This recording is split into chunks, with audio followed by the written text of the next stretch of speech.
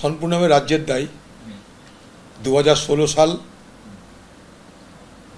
আজকে 2024 পারে 25, 26 আসতে চলল।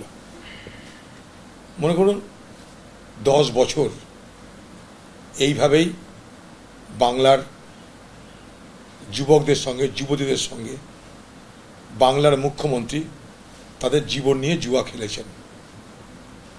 আজ তারা কোথায় যাবে? সব কিছুর মূলে যে কারণটা, তাহলে দুর্নীতি, দুর্নীতি, দুর্নীতি। অর্থাৎ যারা পয়সা দিয়ে চাকরি পেল তারাও দুর্নীতির শিকার, যারা যোগ্যতার জন্য চাকরি হারালো তারাও দুর্নীতির শিকার।